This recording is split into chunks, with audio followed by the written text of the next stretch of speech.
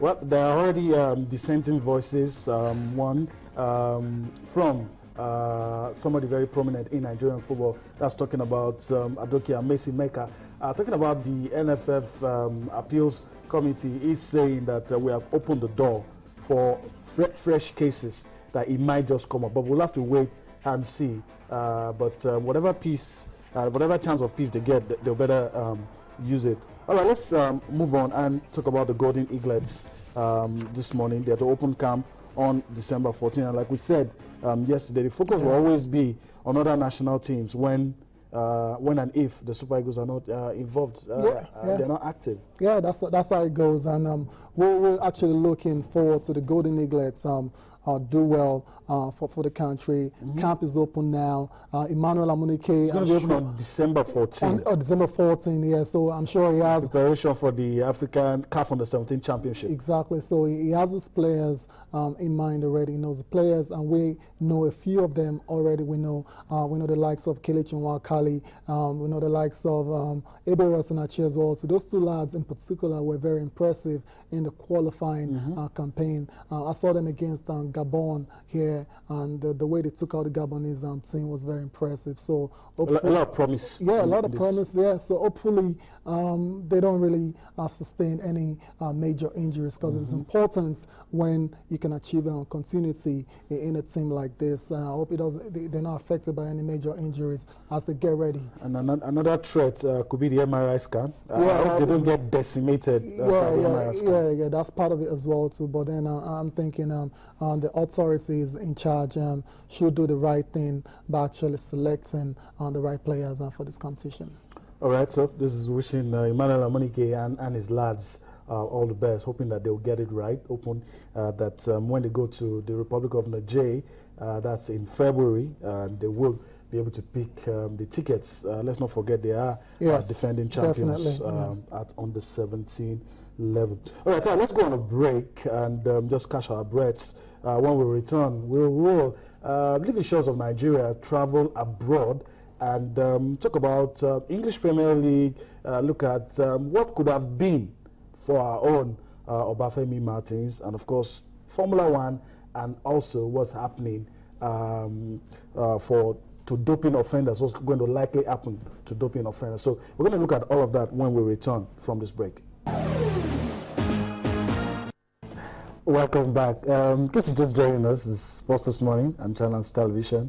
And of course, you've missed a lot, but of course, you can still stay tuned for the rest of the program. And now we're crossing borders, and we're in England now, and we're looking at the English Premier League results of matches played yesterday.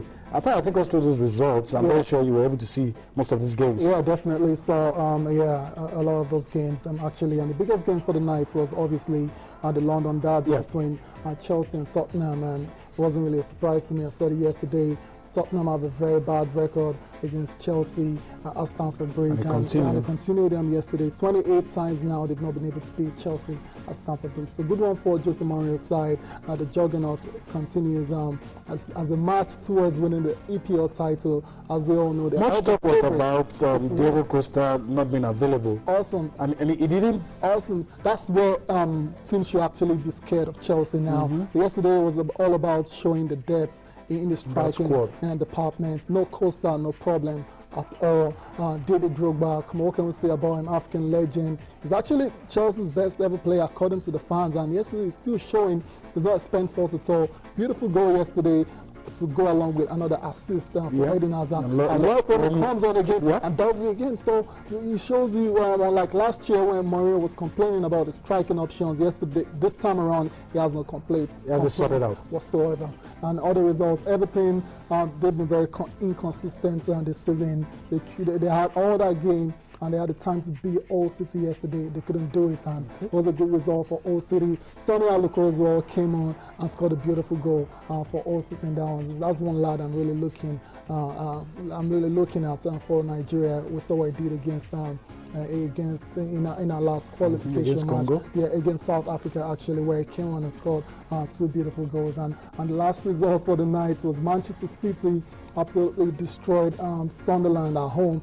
We talked about that game being a potential banana skin for Man City, but it showed what champions are made of in that particular match. Sunderland went ahead first and through Conor Wickham, but then when you have Kun Aguero on your side, then you always have a chance. Aguero was the main man again. 2 goals for Man City in that one. 14 Premier League goals now. He's on fire. And you wonder what Man City would do without Kun Aguero. All right, so those are the results for you for the English Premier League matches played yesterday. For reasons best known to Tyre, we didn't talk about Arsenal and Southampton. I was going to call back. Come on, we can't afford to offend Arsenal fans out there. Well, I'll have you know that Arsenal won that game. A hard-fought game. Definitely. That game was all about Arsenal. The Arsenal's attack versus Fraser Forster in goal for Southampton. It was immense. He had a blinder, but then Alexis Sanchez came out to bail out Arsenal again. That was his 9th EPL strike, and that's what quality gets you. That's what, when you spend good money, it gives you quality. Alexis Sanchez, without him, Arsenal would be in deep trouble. Okay. All right, so let's move on and let's talk about what could have been. You know, earlier I told you about what could have been. Some of us were secretly hoping that Seattle Sounders striker, that's Nigeria's Obafemi Martins, would be the one we would have been looking at now. But of course, it's not Obafemi Martins, it's Robbie Keane.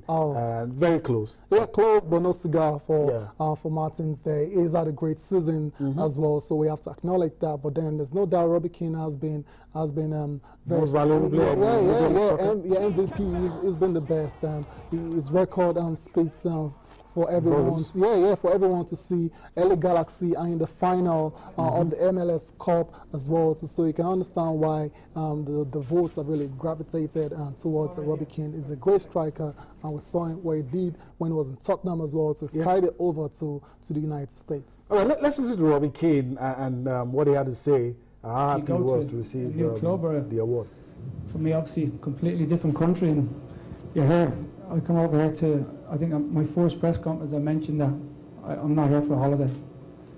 And for me, it's about winning and about enjoying myself, enjoying my football, and still having that hunger and desire. And, you know, I still have all that. But it's about winning championships. I've won 2 so far in the 3 years that we're here. This is my 4th year. I'm in another final, so it hasn't gone too bad. All right, that was Robbie Keane, and well, still showing that. That I still got the goods. And before we move on for Robbie Keane, I just want to say his record I was talking about earlier was 16 goals in 29 games for LA Galaxy. That's massive. So congratulations to him again. And he says he still wants to win more titles. He's in good company. 2 of his former team, 2 of his teammates have won that before, Landon Donovan and other guys. So I guess LA Galaxy players do tend to get voted because the team seems to do well in Major League Soccer. Let's talk about something that wasn't too, when it happened, left a sore taste in our mouth, and we began to ask questions. And some of us were saying that Formula One is now an endangered sport. It's like boxing, and but news is that Jules Bianchi of Marussia, you know that I mean, we flogged the FIA, flogged Formula One for safety issues, not doing enough.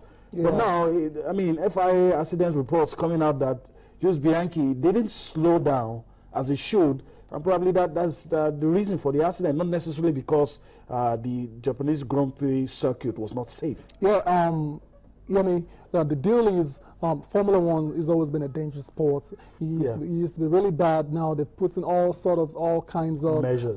Security measures now, to safety measures to ensure to reduce them those risks involved and associated with the sport. But then this particular race, it was just unfortunate how it happened. When the reports came out initially, there were all speculations about how Bianchi didn't really slow down enough and all. But now it's been confirmed now by the FIA, who say it didn't sufficiently slow down enough, and that's what caused the accidents. And it's a sad one. They're talking about the braking system in the Marussia car, not allowing the safety to come up, and that explains why the accident happened. Yeah, it's just terrible, just very bad accident. Apparently, he was going at a speed of 126 kilometers per hour when that crash occurred.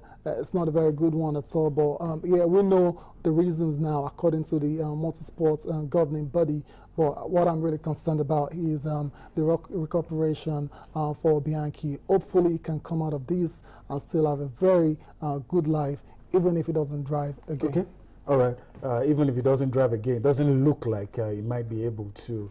But let's move on. I'd like to have you react to Aaron Okodri, because we didn't talk about that. But Aaron Okodri, I mean, what can you say about Aaron Okodri 2014? No, incredible. Yeah, that's the only way I can describe his achievements for the year. He's gone to all these major competitions and he's held his own against the very best in the world. So what more can you say? And I can say he still has a great upside. He's still very young, 26 years old. He can get better, and with the support of his management team as well as the tennis body in Nigeria, I can see him going places really. The last time I heard him speak, he said he was going to the top, and he's been nominated alongside world #1. Incredible. I mean, European #1.